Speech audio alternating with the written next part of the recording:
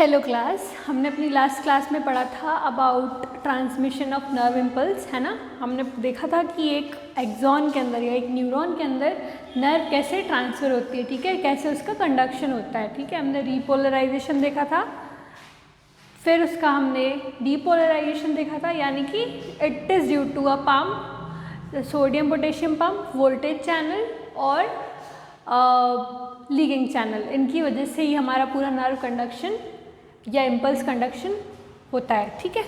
अब हम आगे पढ़ेंगे अबाउट, हमने कल पढ़ा था एक ग्राफ बनता है, ठीक है। ये जो हमारा थ्रेशोल्ड फ्रिक्वेंसी और हमारा जो -70 RMP होता है उसका एक ग्राफ बनता है, ठीक है, रेस्टिंग मेम्ब्रेन पोटेंशियल वगैरह का। तो ये ग्राफ बनता है जो कि NCERT के पॉइंट ऑफ व्यू से बहुत इंपॉर्टेंट है। जो हमने कल लास्ट में पढ़ा था ना, क्या पढ़ा था हमने कि पोलराइज स्टेट होती है। चलिए देखते हैं, हमने कल देखा था कि पोलराइज स्टेट होती है।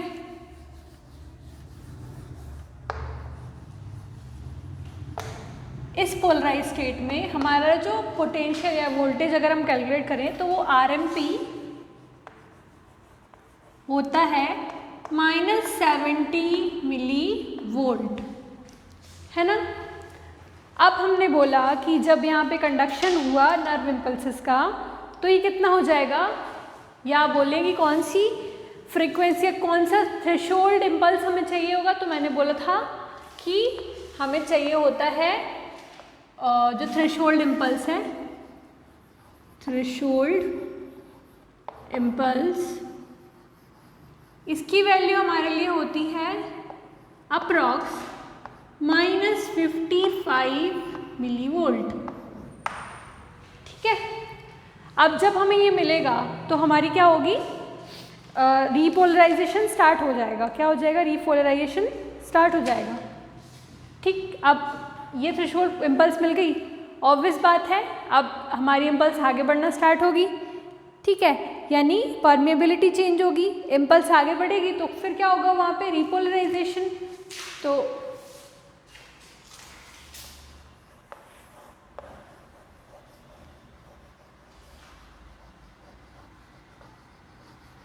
तो इसका ना एक चार्ट बनता है,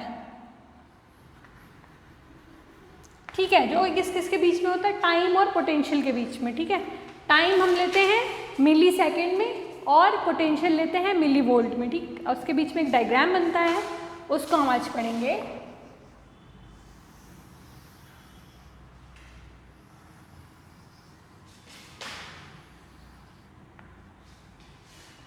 ठीक है, अब मैंने एक इधर x एक्सिस पे हम लेंगे टाइम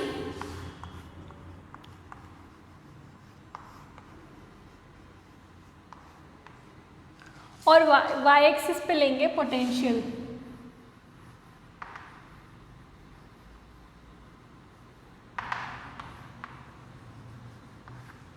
ठीक है। अब मैंने बोला कि जब तक हमारे पास में या हम बोलें कि हमारे पास में जो वैल्यू होती है किसकी, रेस्टिंग मेम्ब्रेन पोटेंशियल की, वो होती है -70 मिली वोल्ट, ठीक है। तो अगर हम इसे -70 मान रहे हैं ना, तो हमारी जो हाँ -70 मिली वोल्ट है, तो जब तक इसे -55 नहीं मिल जाएगा तब तक ये इस फेज में रहेगी हमारी इम्पल्स, ठीक है। एक फेज में रहेगी जहाँ पे वो कोई भी कंडक्शन नहीं करेगी, उस फेज को हम बोलते हैं लेटेंट फेज, ठीक है। यानी हमारे ये -70 है, जब तक इसे -55 अप्रॉक्स नहीं मिल जाता तब तक ये यहाँ से शूट नहीं करेगा, यानी कंडक्शन नहीं होगा, पोटेंशियल इंक्रीज नहीं होगा। अब ऑब्वियस बात है, यहाँ पे आके हमें पोटेंशियल मिला, फिर क्या होगा, स्पाइक हो जाएगा, स्पाइक या एक्टिव मेम्ब्रेन पोटेंशियल जो हमारा था +30 MV। क्या था हमारा, थ्रेशोल्ड इम्पल्स मिलने के बाद जब ये रीपोलराइज स्टेट में जाती है तो ये कितना पहुँचता है, 30 मिली वोल्ट अप्रॉक्स, राइट। तो +30 पहुँचा। अब क्या होगा, यहाँ पे इसका होगा रीपोलराइजेशन, ठीक है।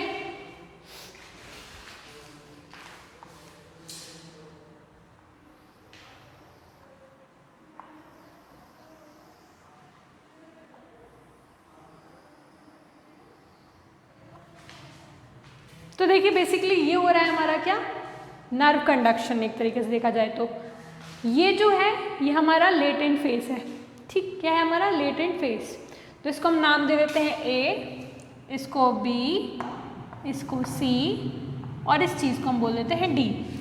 तो यहाँ पे जो ए है ना, ये है हमारा लेटेंट फेज। क्या है, लेटेंट फेज। तो ए के बारे में समझते हैं, एज लेटेंट फेज, यानी कि वो टाइम जो वोल्टेज गेट ओपन होने के लिए लगेगा, ठीक है। Time taken by voltage gated channel है ना to open and response to threshold impulse, यानी हमारी थ्रेशोल्ड इम्पल्स आई, अब ये टाइम जितना उसने लिया, यानी कि दिस टाइम, ये जो टाइम उसने लिया इसको हम बोलते हैं लेटेंट फेज। क्या बोलते हैं, लेटेंट फेज। तो लेटेंट फेज के बारे में लिखते हैं, क्या है ये,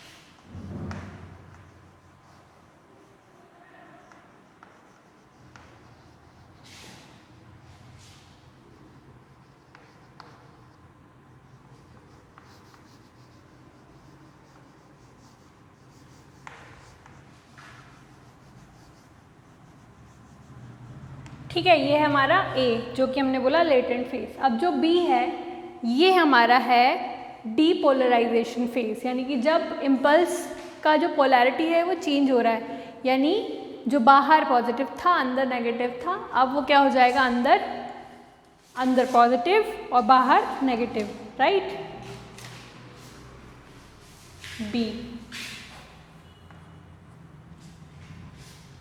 बी को हमने बोला क्या, डीपोलराइजेशन फेज।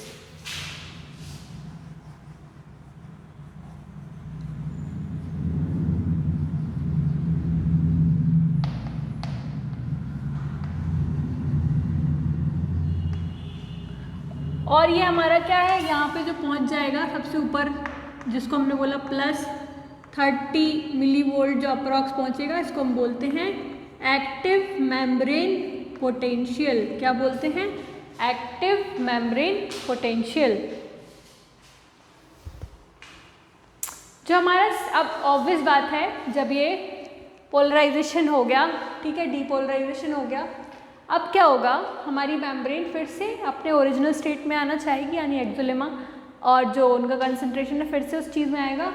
तो जो सी है ना, इसको हम बोलते हैं, जब -30 से -70 पे आएगा तो उसको हम बोलते हैं रीपोलराइजेशन फेज, यानी कि फिर से हमारी जो आउटर मेम्ब्रेन है अब वो पॉजिटिवली चार्ज जाएगी और अंदर वाली नेगेटिवली चार्ज जाएगी। इस पे क्या होगा, अंदर वाली पॉजिटिव हो जाएगी, बाहर वाली नेगेटिव। इसको हमने बोला रीपोलराइजेशन फेज।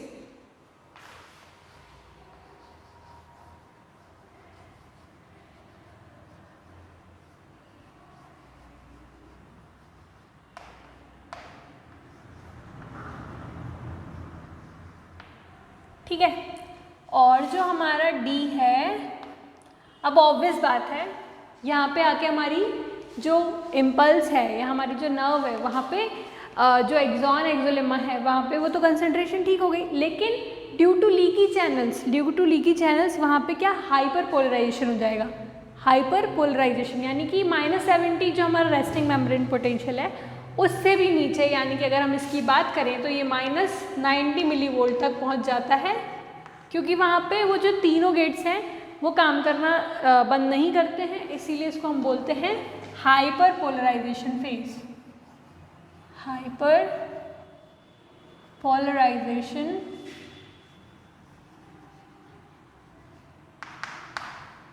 फेज।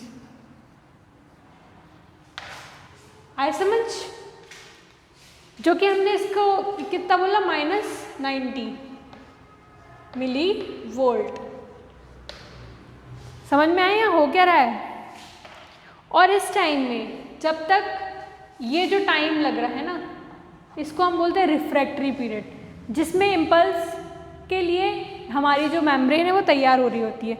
मतलब रिफ्रैक्टरी पीरियड यानी कि जो अपन इस कर्व में नीचे बात कर रहे हैं, ये टाइम पीरियड है जिसमें न्यूरॉन रिस्पॉन्ड नहीं करता किसी भी कॉन्सिक्यूटिव इम्पल्स के लिए। तो लिख लीजिए रिफ्रैक्टरी या रिफ्रैक्टरी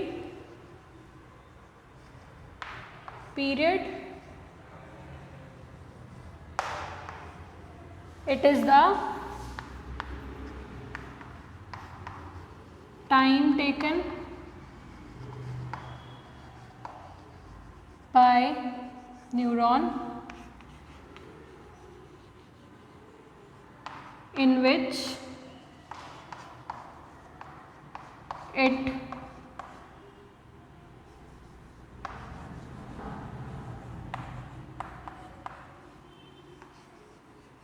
respond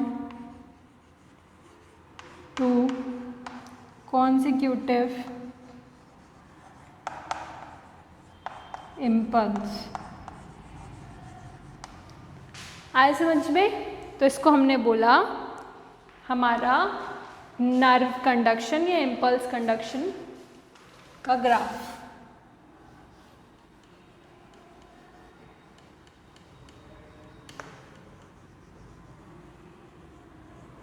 अभी हमने कर ली किसकी बात? कंडक्शन की, है ना, कि यानी उसके अंदर कैसे कंडक्ट होगी इम्पल्स। अब हमें बात करना है ट्रांसमिशन ऑफ इम्पल्स की, ठीक है। तो वो दो तरीके से होता है। किसके थ्रू होता है? तो साइनेप्स के थ्रू होता है। साइनेप्स क्या होते हैं अब हम आगे पढ़ेंगे, अभी आप ये समझ लीजिए। समझ में आया?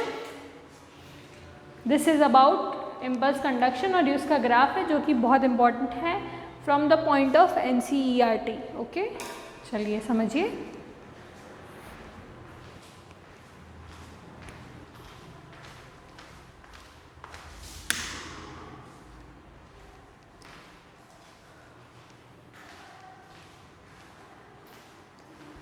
तो ये सब चीज़ें हैं जो इम्पॉर्टेंट है। कभी कभार ये ग्राफ डायरेक्टली पूछ लिया जाता है नीट में, तो इट इज़ वेरी इंपॉर्टेंट। इनकी वैल्यूज़ पूछ ली जाती हैं, ठीक है, इनकी वैल्यूज़ पूछ ली जाती हैं जो कि -70, -30 और ये हाइपरपोलराइज्ड स्टेट। और हमसे पूछा कि थ्रेशोल्ड इम्पल्स की वैल्यू क्या होगी, तो वो होगी -55 मिली वोल्ट। ओके, तो दिस वॉज अबाउट आर। और ये इसको बोलते हैं स्पाइक पोटेंशियल। ये जो एक्टिव मेम्ब्रेन पोटेंशियल है इसको एक और चीज़ बोलते हैं जो कि होता है स्पाइक पोटेंशियल।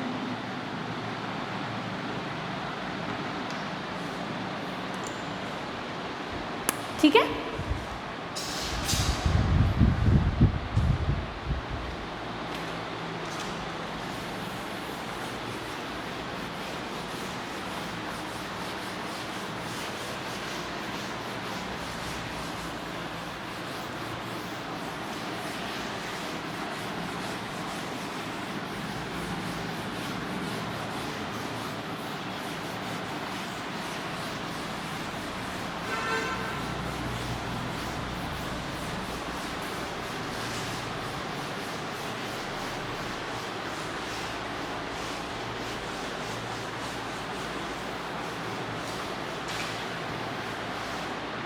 ठीक है। अब हम पढ़ेंगे साइनेप्स के बारे में। किसके बारे में? साइनेप्स। अभी मैंने बोला कि जो न्यूरॉन में ट्रांसमिशन है वो होगा न्यूरॉन के न्यूरॉन, मतलब कि एक्सॉन में जो ट्रैवल होगा उसका प्रोसेस हमने देख लिया, सोडियम पोटेशियम चैनल्स और सोडियम पोटेशियल आयन की वजह से होगा। अब जो न्यूरॉन टू न्यूरॉन कनेक्शन है, क्या न्यूरॉन टू न्यूरॉन, यानी कि हमारा न्यूरॉन एक दूसरे से कनेक्टेड है, तो न्यूरॉन टू न्यूरॉन जो ट्रांसमिशन ऑफ इम्पल्स होता है वो किससे होता है? तो वो होता है साइनेप्स की मदद से। किससे होता है? साइनेप्स की मदद से। तो synapse is the junction between two neuron. Synapse क्या है? It is the junction between two neuron. लिखिए, synapse is the junction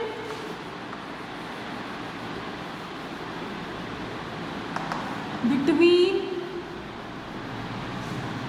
two neuron।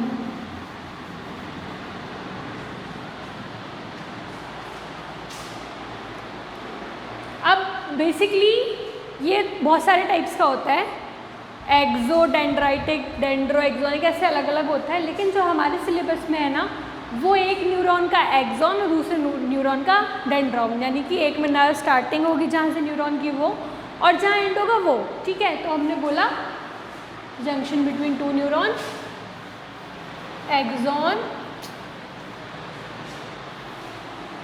Between axon of one neuron, between axon of one neuron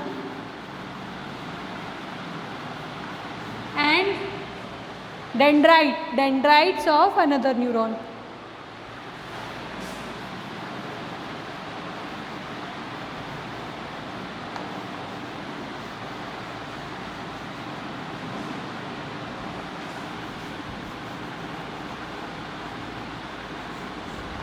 ठीक है, तो ये है हमारा क्या? साइनेप्स। अब मैंने बोला कि साइनेप्स जो है ना कैसे ट्रांसफ़र होते हैं, देखिए। तो साइनेप्स में कंपोनेंट्स क्या क्या होते हैं, किस किस चीज़ से मिलके कंपोनेंट? अभी मैंने बोला कि एक्सॉन और डेंड्राइट रहता है न्यूरॉन का, उससे ये बनते हैं हमारे क्या? साइनेप्स। अब इनके कंपोनेंट क्या होते हैं?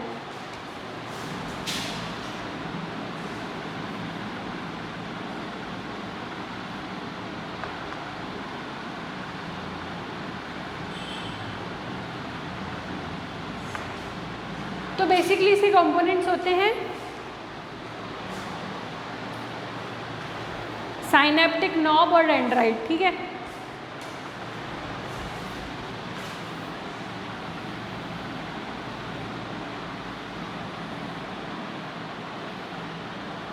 यानी कि यहाँ पे हमारा दूसरा न्यूरॉन है, न्यूरॉन 1, और ये होगा हमारा न्यूरॉन 2। तो इसका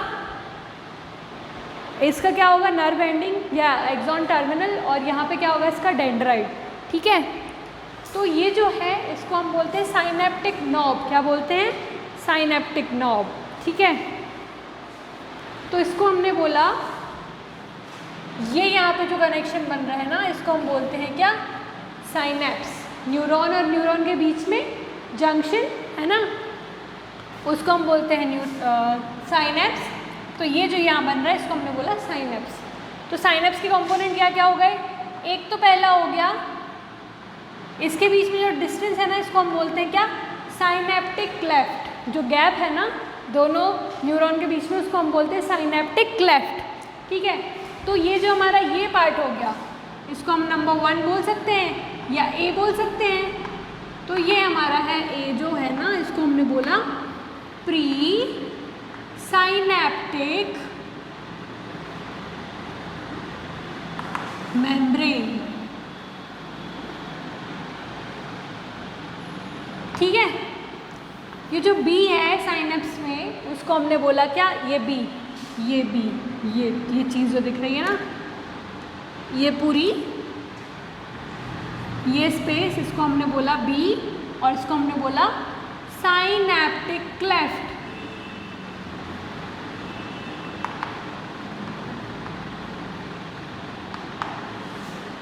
ओके, और ये जो हमारा सी है ना, इसको हमने बोला पोस्ट साइनेप्टिक मेम्ब्रेन। क्या बोला? ये जो हमारा ये पार्ट है ना, पोस्ट साइनेप्टिक मेम्ब्रेन।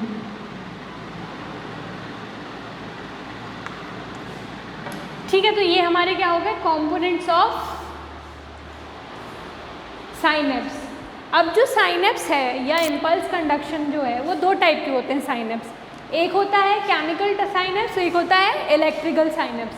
जो केमिकल साइनेप्स होता है ना, उसमें जो ट्रांसमिशन ऑफ इम्पल्स होता है वो होता है थ्रू केमिकल्स, और जो इलेक्ट्रिकल साइनेप्सिस होते हैं उसमें ट्रांसमिशन ऑफ इम्पल्स होता है थ्रू इलेक्ट्रिकल सिग्नल्स। ठीक है, अब जो केमिकल साइनेप्सिस होते हैं उसके बारे में हम पहले पढ़ेंगे, टाइप्स हम समझ लेते हैं क्या क्या होते हैं। ये समझ में आया आपको? ठीक है, अब हम पढ़ते हैं टाइप्स ऑफ साइनेप्स।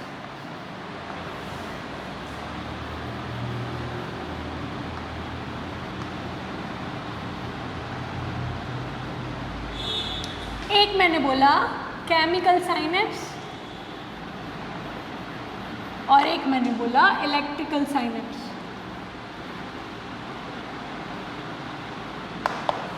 ठीक है, जो केमिकल साइनेप्स है ये हमारी बॉडी में 98% है। कितने हैं? 98% of synapses of our body are chemical synapse, और जो इलेक्ट्रिकल साइनेप्स हैं वो ओनली 2% है, और वो भी कहाँ पाए जाते हैं? हमारे हार्ट में। ठीक है, अब ये जो केमिकल साइनेप्स है ना, ये थोड़ा स्लो होता है कंपैरेटिवली टू इलेक्ट्रिकल साइनेप्स। ठीक है, अब इसमें होता क्या है, ये हमारी जो प्री साइनेप्टिक मेम्ब्रेन होती है ना, ये इसको साइनेप्टिक नॉब भी बोला, इसमें कुछ ऐसे न्यूरोट्रांसमीटर्स प्रेजेंट होते हैं। ठीक है, तो इनकी हेल्प से हमारा कंडक्शन ऑफ इम्पल्स होता है। ठीक है, अब क्या हो रहा है, इधर पे इनने बोला कि जो इलेक्ट्रिकल इम्पल्स है वो न्यूरॉन में आएगी कंडक्ट होके, फिर प्री साइनेप्टिक मेम्ब्रेन में वो केमिकली ट्रांसमिट होगी। कैसे होगी? केमिकल ट्रांसमिशन होगा थ्रू NTS यानी न्यूरो ट्रांसमिटिंग सब्सटेंसेस। ठीक है, और फिर न्यूरो ट्रांसमीटर का कहाँ जाएगा हमारा? पोस्ट साइनेप्टिक मेम्ब्रेन में, और फिर फर्दर वो ट्रांसमिट होगा उसमें फिर से electrically.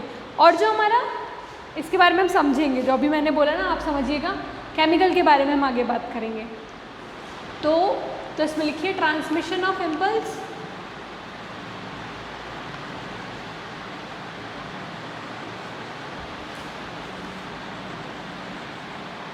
is caused by chemical transmission, और वो केमिकल का नाम क्या है? Neuro transmitting substances.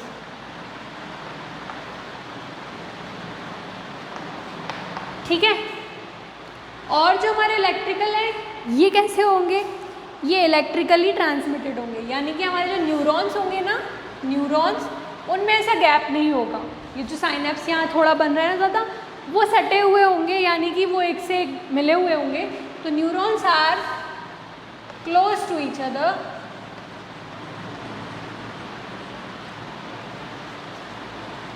ठीक है।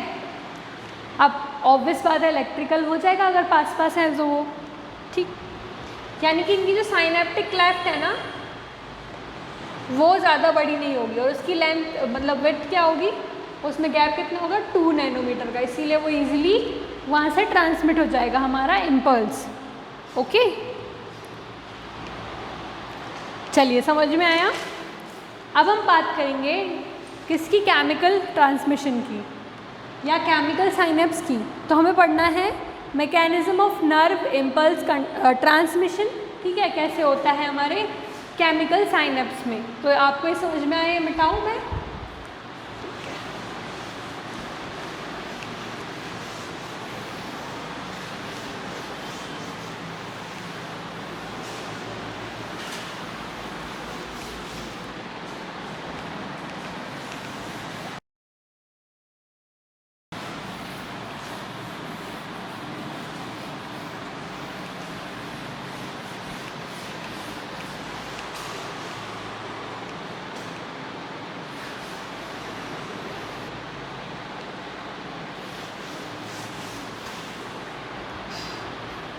हमारा जो नर्व्स होती हैं या न्यूरॉन्स होते हैं, अगर वो 2 नैनोमीटर से ज़्यादा neuron to neuron synaptic cleft बन रहा है, यानी अभी हमने पढ़ा कंपोनेंट ऑफ साइनेप्स, अगर वो जो हमारा विड्थ है of synaptic cleft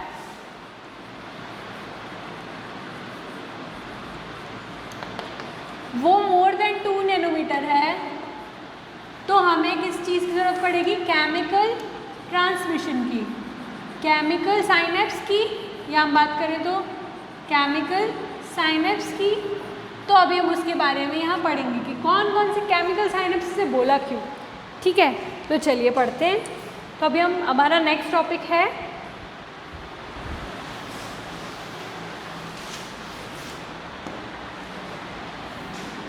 transmission of nerve impulse. ठीक है,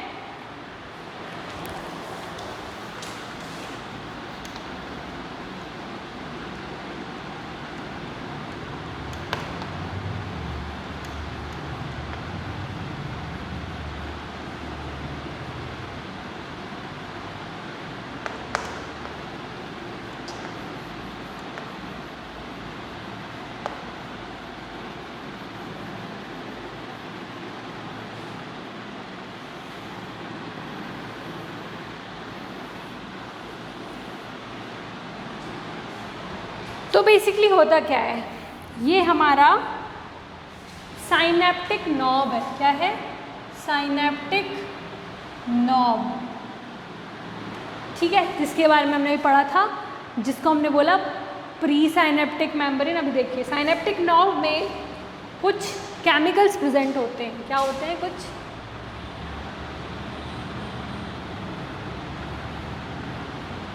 जिनको हमने बोला न्यूरो ट्रांसमिटिंग सब्सटेंसेस। क्या बोला?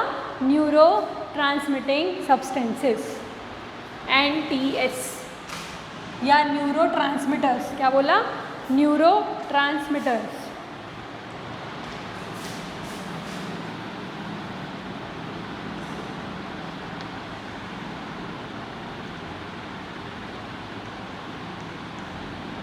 ये हमारी प्री साइनेप्टिक मेम्ब्रेन है, उसके अंदर ये प्रेजेंट है। क्या? Neuro transmitting substances. अब जो हमारी पोस्ट साइनेप्टिक मेम्ब्रेन है, ठीक है, यानी कि हमारा दूसरा डेंड्राइट,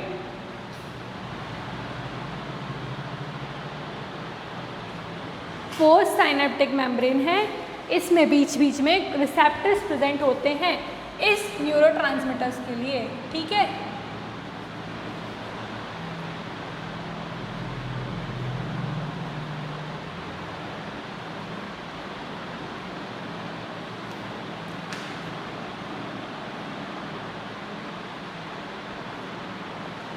ये क्या है? हमारे रिसेप्टर्स। इनको हमने क्या बोला?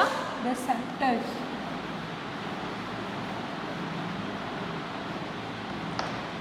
अब देखिए हो क्या रहा है, ये समझ में आया? ऑब्वियस बात है, जब न्यूरोट्रांसमीटर वहाँ से आएंगे तो इम्पल्स का कंडक्शन होगा, क्योंकि यहाँ पे क्या है? हमारा गैप है ये। ठीक है, तो यहाँ से कंडक्शन पॉसिबल नहीं है, तो न्यूरोट्रांसमीटर्स को आना पड़ेगा। और उसके लिए यहाँ पे क्या है हमारे पास में? रिसेप्टर प्रेजेंट है इधर पे on our post synaptic membrane, right. अब मैंने बोला कि अगर हमारे पास क्या आया? इम्पल्स आया। क्या आया? इम्पल्स। हम इसका डायग्राम बनाते जाते हैं, फ्लो चार्ट। ओके, अब मैंने बोला कि इम्पल्स आया, जो कि क्या है? हमारा थ्रेशोल्ड इम्पल्स। ठीक है, अब वो क्या कराएगा? यहाँ पे ना, ये जो हमारा प्री साइनेप्टिक मेम्ब्रेन होता है ना, इसमें यहाँ पे कैल्शियम चैनल्स प्रेजेंट होते हैं। क्या होते हैं? कैल्शियम चैनल्स प्रेजेंट होते हैं। यहाँ पे क्या प्रेजेंट होते हैं? Calcium channels. कहाँ पे प्रेजेंट होते हैं? हमारे प्री साइनेप्टिक मेम्ब्रेन में। तो इम्पल्स आएगा तो क्या होगा? कैल्शियम चैनल ओपन हो जाएंगे। क्या हो जाएंगे? कैल्शियम चैनल ओपन हो जाएंगे। और जो हमारा साइनेप्टिक क्लेफ्ट है ना, यहाँ पे कैल्शियम अधिक मात्रा में पाया जाता है। ठीक है, ट्रेस अमाउंट में यहाँ पे कैल्शियम मिल रहा है। तो क्या हुआ कि इम्पल्स आया और क्या हुआ? Channel of calcium ion open हो गया। तो कैल्शियम का क्या हो जाएगा? इन्फ्लक्स हो जाएगा। किसमें? प्री साइनेप्टिक मेम्ब्रेन में। ठीक है, influx of calcium ion in pre synaptic membrane हुआ। हाँ, मैंने बोला ओपनिंग ऑफ कैल्शियम चैनल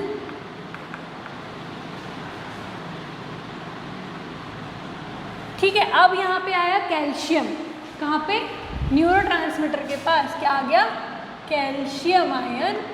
अब कैल्शियम इसके पास आ गया तो न्यूरोट्रांसमीटर क्या करेंगे, प्री साइनेप्टिक मेम्ब्रेन के पास में जाके अटैच हो जाएंगे। क्या हो जाएंगे, प्री साइनेप्टिक मेम्ब्रेन के पास में जाके अटैच हो जाएंगे। अब ये जो हो रहा है ना, ये क्यों हो रहा है, ये जो है ना साइनेप्टिक नॉब, यही आ रहा है ये, और यहाँ आगे क्या हो रहा है, ये चिपक गए। ठीक है, क्या हो गए, ये चिपक गए। अब क्या हो रहा है, अब देखिए opening of calcium channel, calcium ion binds with इसको हमने बोला साइनेप्टिक वेसिकल्स, जो साइनेप्टिक न्यूरोट्रांसमीटर जिस वेसिकल में है ना, वेसाइकल में, उसको हमने बोला साइनेप्टिक वेसाइकल। ठीक है, तो calcium ion binds with synaptic vesicle. अब ये साइनेप्टिक वेसाइकल से आके अटैच हो गया, अब वो उसमें अटैच हो जाएगा तो क्या होगा, synaptic vesicle pre synaptic membrane में आके क्या होंगे, फ्यूज जाएंगे। ये जो साइनेप्टिक वेसिकल्स हैं, यानी ये जो था, ये समझिएगा मैं क्या कर रही हूँ, यह हमारा क्या था, साइनेप्टिक वेसाइकल। जब इसको कैल्शियम आयन मिला तो ये कहाँ जाके फ्यूज हो जाएगा, प्री साइनेप्टिक मेम्ब्रेन में। यहाँ हमारी प्री साइनेप्टिक मेम्ब्रेन है, ये इसमें जाके फ्यूज हो जाएगा। तो लिखिए calcium ion binds with synaptic vesicle, और इससे क्या होगा, synaptic vesicle fuses with pre synaptic membrane.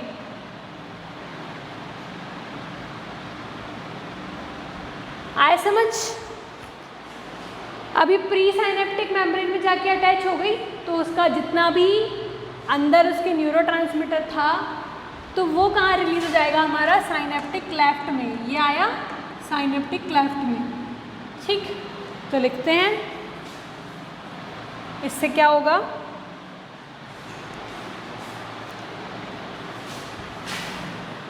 Release of neuro transmitter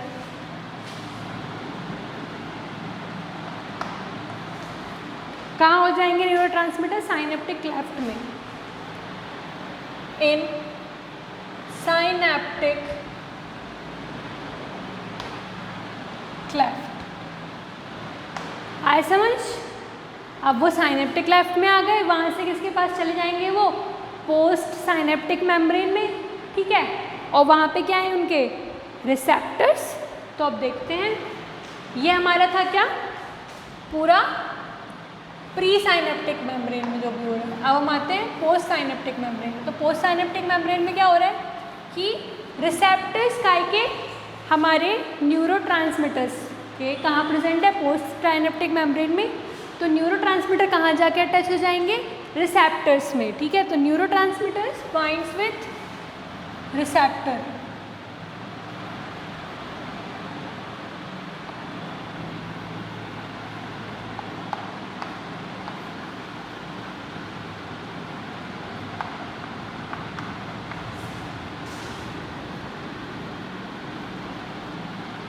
of post synaptic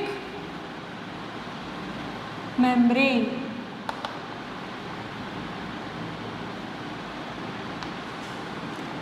ठीक है, अब क्या होगा, न्यूरोट्रांसमीटर आ गए, इससे क्या होगा, सोडियम चैनल्स ओपन हो जाएंगे। क्या होंगे, सोडियम चैनल्स ओपन हो जाएंगे।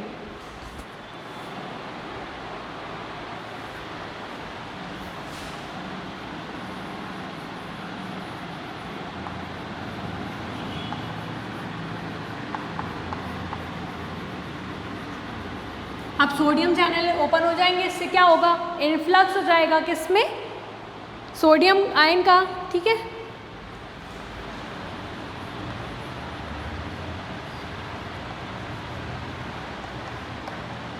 ओके, अब क्या होगा, post synaptic membrane due to sodium ion क्या हो जाएगी, डीपोलराइज, क्या हो जाएगी, डीपोलराइज या स्टिमुलेट, ठीक है। Post synaptic membrane is depolarized या stimulated।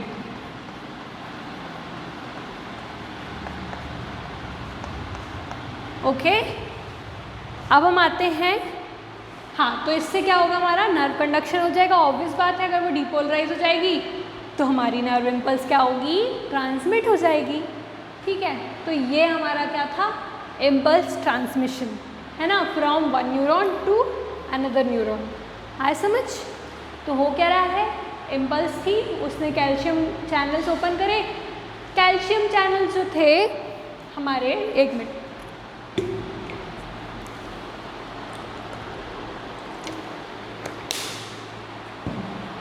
हाँ हाँ, तो हमारे पास प्री साइनेप्टिक मेम्ब्रेन में या साइनेप्टिक नॉब में एक केमिकल प्रेजेंट है जिसको हमने बोला न्यूरोट्रांसमीटर, ठीक है। तो न्यूरोट्रांसमीटर प्रेजेंट है और जिस चीज़ में वो है उनको हमने बोला साइनेप्टिक वेसाइकल्स, ठीक है। अब ये साइनेप्टिक वेसाइकल्स कहाँ प्रेजेंट है, हमारी प्री साइनेप्टिक मेम्ब्रेन में, यानी उसके एक्सॉन एंडिंग में ऑफ न्यूरॉन 1। अब मैंने बोला कि जब तक इम्पल्स नहीं आएगी इनमें ये ऐसे ही रहेंगे। अब जब इम्पल्स आई तो क्या होगा, कैल्शियम चैनल ओपन हो जाएंगे, क्या हो जाएंगे, कैल्शियम चैनल ओपन हो जाएंगे, ठीक। अब ये जो कैल्शियम है जब तक साइनेप्टिक वेसिकल से जाके नहीं मिलेगा तब तक वो अपना काम करना शुरू नहीं करेंगे। उनका काम क्या है, इम्पल्स को आगे बढ़ाना, केमिकल इम्पल्स को आगे बढ़ाना। अब देखिए, कैल्शियम गए और किससे जाके बाइंड करे, साइनेप्टिक वेसाइकल से। अब वो साइनेप्टिक वेसाइकल से जाके बाइंड किए तो वो क्या हुई, एक्टिवेट हुई। तो साइनेप्टिक वेसाइकल्स कहाँ तक आ गई भाई, प्री साइनेप्टिक मेम्ब्रेन तक। वो देखिए आ रही है, प्री साइनेप्टिक मेम्ब्रेन तक आई और वहाँ के क्या हो गई, फ्यूज़ हो गई, ठीक है। अब वो फ्यूज़ हो गई तो वहाँ से क्या होगा, रिलीज ऑफ न्यूरोट्रांसमीटर्स। कहाँ से, प्री साइनेप्टिक मेम्ब्रेन से रिलीज होगा न्यूरोट्रांसमीटर का, किसमें, साइनेप्टिक लेफ्ट में। उसके बाद तो वही है ना साइनेप्टिक लेफ्ट, तो साइनेप्टिक लेफ्ट में क्या होगा, हमारा न्यूरोट्रांसमीटर आ जाएगा, ठीक है। अब सही बात है, अब वहाँ तक आ गया तो आगे कहाँ जाएगा हमारा, पोस्ट साइनेप्टिक मेम्ब्रेन में, है ना। तो वो कैसे जाएगा, वहाँ पे जो पोस्ट साइनेप्टिक मेम्ब्रेन है ना उसके पास क्या है, रिसेप्टर्स प्रेजेंट है। क्या प्रेजेंट है, रिसेप्टर्स। अब ये जो रिसेप्टर्स हैं इससे हमारा न्यूरोट्रांसमीटर आके बाइंड हो जाएगा, ठीक है। अब उसके कारण क्या होगा, सोडियम चैनल का ओपनिंग हो जाएगा। क्या हो जाएगा, ओपनिंग ऑफ सोडियम चैनल। और हमें पता है कि पोलैरिटी चेंज करना है हमें मेम्ब्रेन का, तो सोडियम का ही पूरा रोल रहता है ना। तो सोडियम अब क्या करेगा, इन्फ्लक्स करेगा और उससे क्या होगी, हमारा जो पोस्ट साइनेप्टिक मेम्ब्रेन है वो स्टिमुलेट हो जाएगा या डीपोलराइज हो जाएगा, ओके। इससे हमारी क्या होगी, इम्पल्स ट्रांसमिशन कंप्लीट हो पाएगा। अब देखिए, ये जो हमारा था जिसको मैंने बोला, अब इधर पे न्यूरोट्रांसमीटर का काम तो ख़त्म हो गया था रिसेप्टर तक आते आते, तो उसका आगे का काम क्या हुआ न्यूरोट्रांसमीटर का। तो अपन आते हैं fate of neurotransmitter. Fate of neurotransmitter एंटी लिख देती हूँ। तो जो न्यूरोट्रांसमीटर होता है ना वो वापस कहाँ चले जाता है, साइनेप्टिक क्लेफ्ट में। कहाँ चला जाता है, साइनेप्टिक क्लेफ्ट में।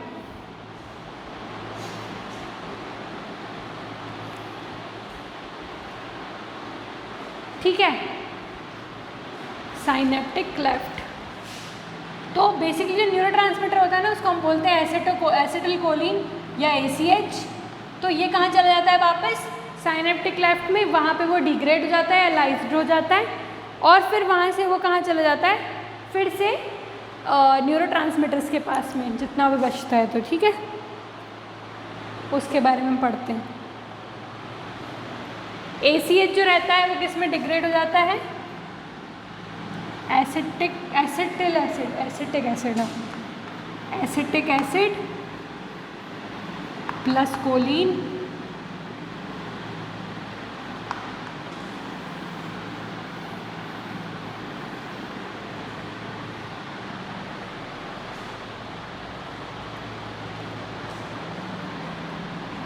फिर से एक इसके पास चला जाएगा अपने प्री साइनेप्टिक मेम्ब्रेन में, ठीक है। तो this was about our mechanism of nerve impulse transmission, ठीक है। अब मैंने यहाँ जो बताया था इसकी लेबलिंग कर लेते हैं प्रॉपरली। तो इसको मैंने बोला प्री साइनेप्टिक मेम्ब्रेन,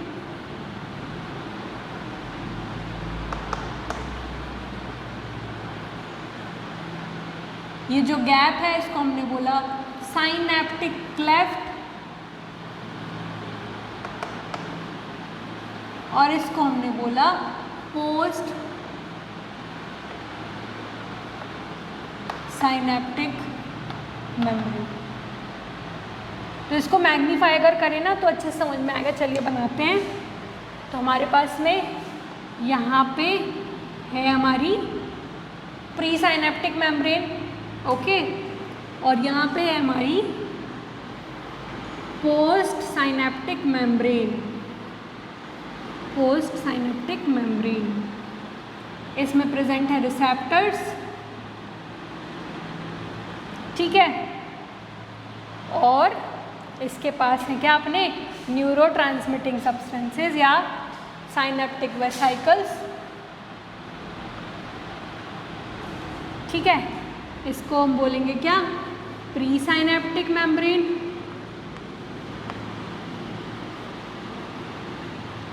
इसको हम बोलेंगे साइनेप्टिक क्लेफ्ट,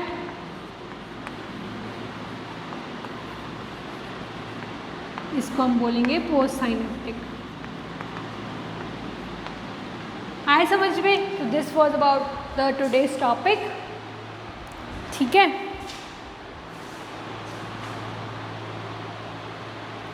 अब एक चीज़ होती है जिसको हम बोलते हैं न्यूरोट्रांसमीटर, जो मैंने अभी पढ़ाया, वो कितने टाइप के होते हैं। तो टाइप्स ऑफ न्यूरोट्रांसमीटर हमारा अगला टॉपिक होगा।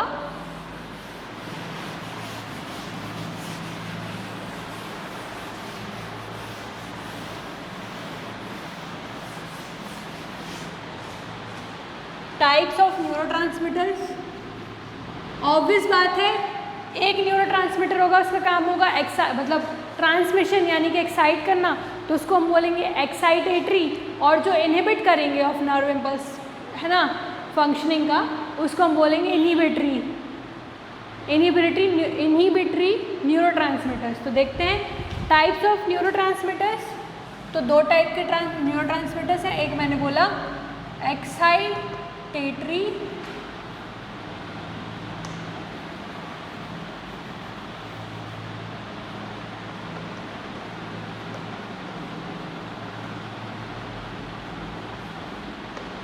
और दूसरा मैंने बोला इनहिबिटरी।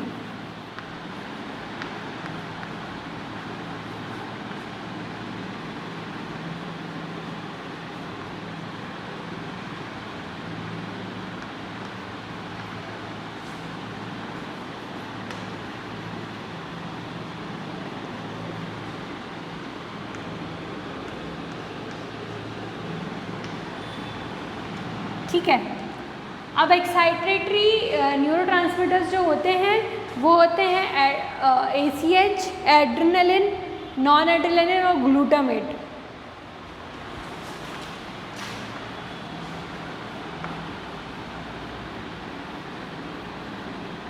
ये कई बार क्वेश्चन आ जाता है, ठीक है, MCQs में, नीट में।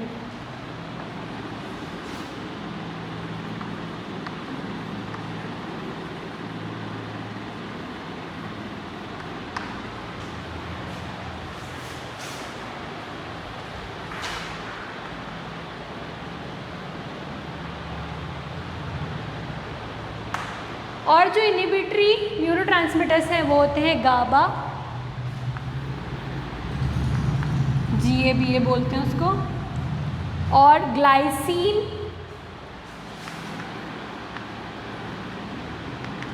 सेरोटोनिन और डोपामिन।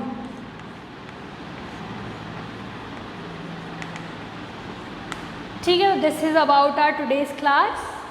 कल हम पढ़ेंगे कुछ terms related to nerve conduction और नर्वस सिस्टम के पार्ट्स के बारे में। ठीक है, तो दिस वाज अबाउट इट।